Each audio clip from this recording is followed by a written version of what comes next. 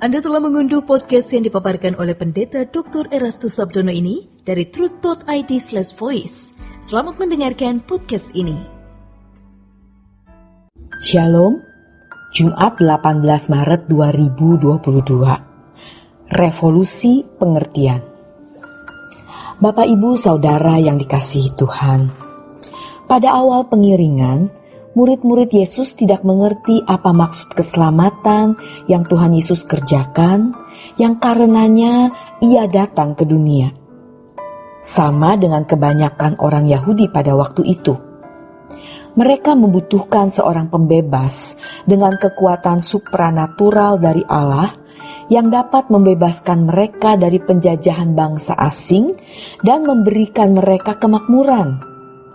Itulah sebabnya murid-murid mau meninggalkan pekerjaan mereka, meninggalkan profesi mereka, meninggalkan keluarga mereka, demi harapan hari esok.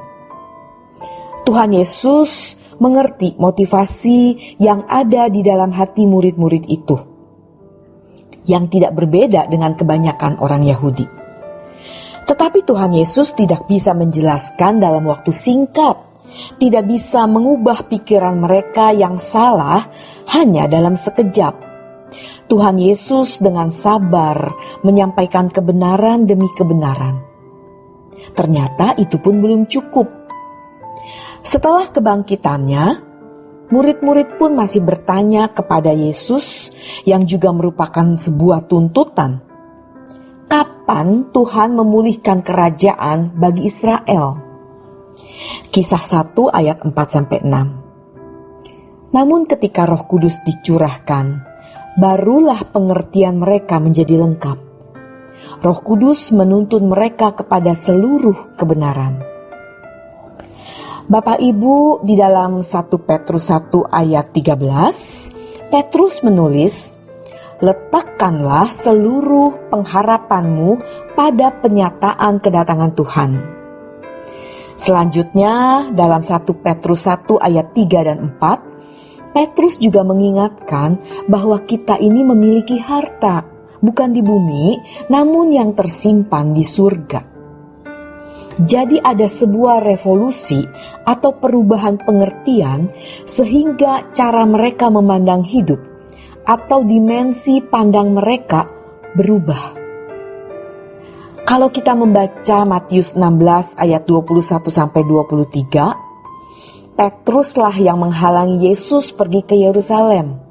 Bahkan Petrus menegur Yesus menggunakan nama Allah supaya Yesus tidak ke Yerusalem. Maksudnya agar Yesus jangan mati.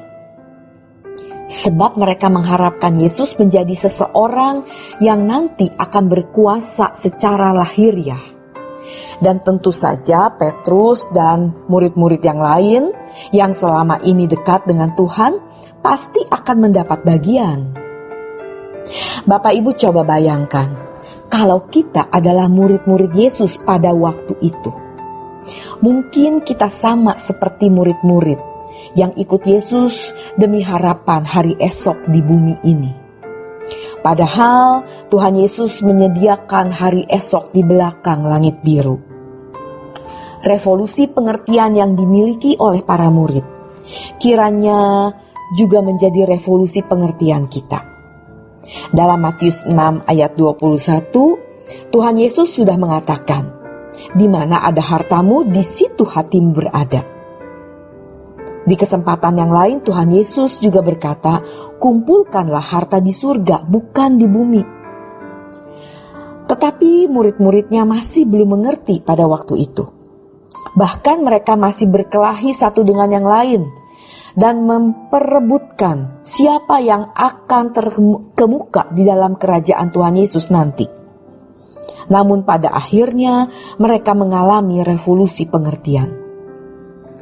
Bapak Ibu, pernahkah kita mengalami revolusi ini? Kita sudah hidup dengan pengertian yang salah selama bertahun-tahun, di mana kita belum memindahkan hati kita secara utuh. Tetapi seiring dengan berjalannya waktu, kita mulai memahami bahwa di dalam kerajaan surga nanti ada pemerintahan, ada masyarakat, Ada orang-orang yang akan memerintah bersama-sama dengan Tuhan Yesus, yang akan dimuliakan bersama-sama dengan Tuhan Yesus. Surga itu bukan upah atau pahala kita. Surga itu hidup kita, negeri kita, tanah air kita, rumah kita. Sedangkan upah atau pahala adalah jabatan atau kedudukan atau strata yang akan diberikan kepada kita masing-masing nanti. Persoalan-persoalan yang sangat berat yang kita hadapi sekarang dan kekecewaan-kekecewaan kiranya membuat kita mengerti bahwa kekristenan yang sejati pasti bukan seperti yang dikenakan oleh banyak orang Kristen hari ini. Paulus mengatakan dalam Kolose 3 ayat 1-4 agar kita memikirkan perkara-perkara yang di atas, bukan yang di bumi.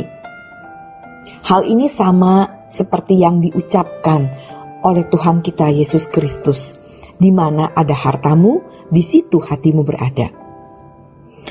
Oleh karena itu Bapak Ibu, seharusnya kita sudah tidak memikirkan lagi hal-hal yang menurut pertimbangan umum, yang juga dulu menjadi pertimbangan kita, segala sesuatu yang membahagiakan atau memberi nilai diri.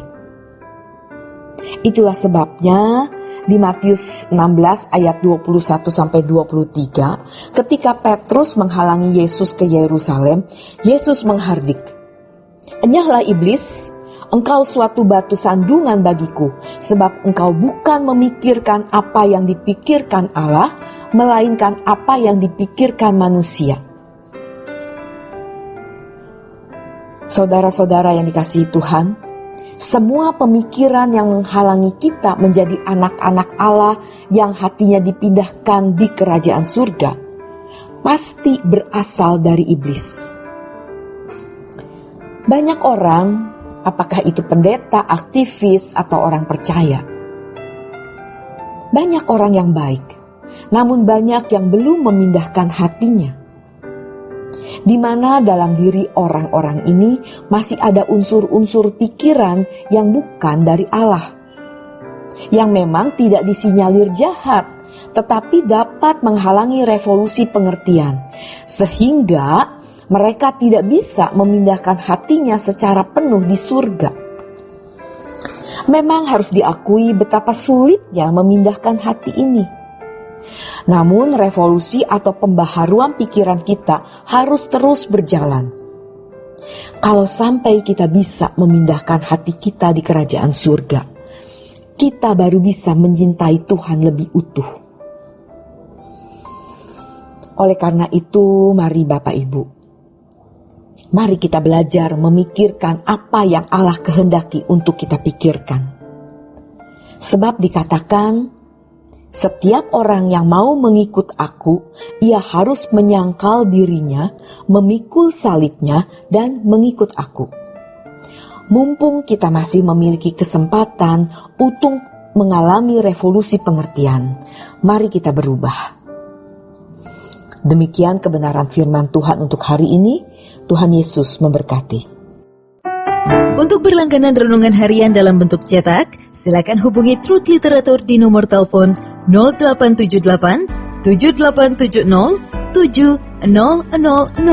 Untuk mendapatkan CD khotbah, MP3 renungan Truth, dan CD album lagu produksi Sola Gracia, Anda dapat menghubungi di hari dan jam kerja di nomor telepon 021 638 60953. Tuhan Yesus memberkati. Sola Gracia.